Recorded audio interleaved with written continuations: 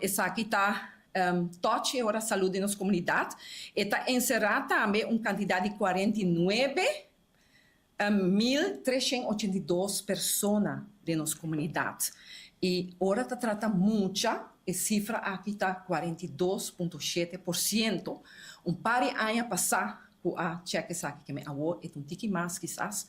onde a hasi sondeio cerca muito não que visitar gezonde scholen que men é importante que nós põe atenção no fenômeno aqui na nossa comunidade.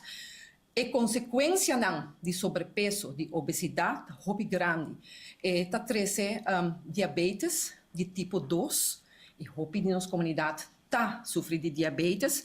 problema não cardiovascular, também depressão, está sendo relacionado para sobrepeso e obesidade. E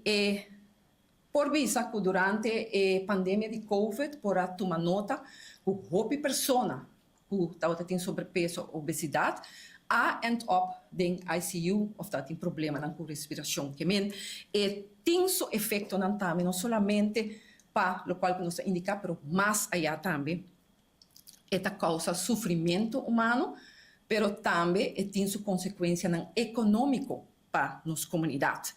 E é importante que o recurso que nós temos de AZV, nos asseguro general médico, para nós por ter em conta com isso aqui e, se possível, que nossa comunidade pode viver mais sano, para assim nós por isso aqui vira possível com esta baixa quantidade aqui de obesidade. Por isso, é importante de nossa comunidade para nós por dentro sentido, ora que nós temos que viver, muita gente tem que ir à escola,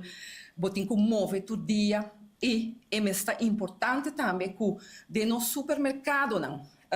escola, restaurante, espaço, por se possível, que nós por comer saudável, mas também que tem moveção, que nós por mover de uma maneira safe, de uma maneira adequada, para assim baixa a quantidade de obesidade.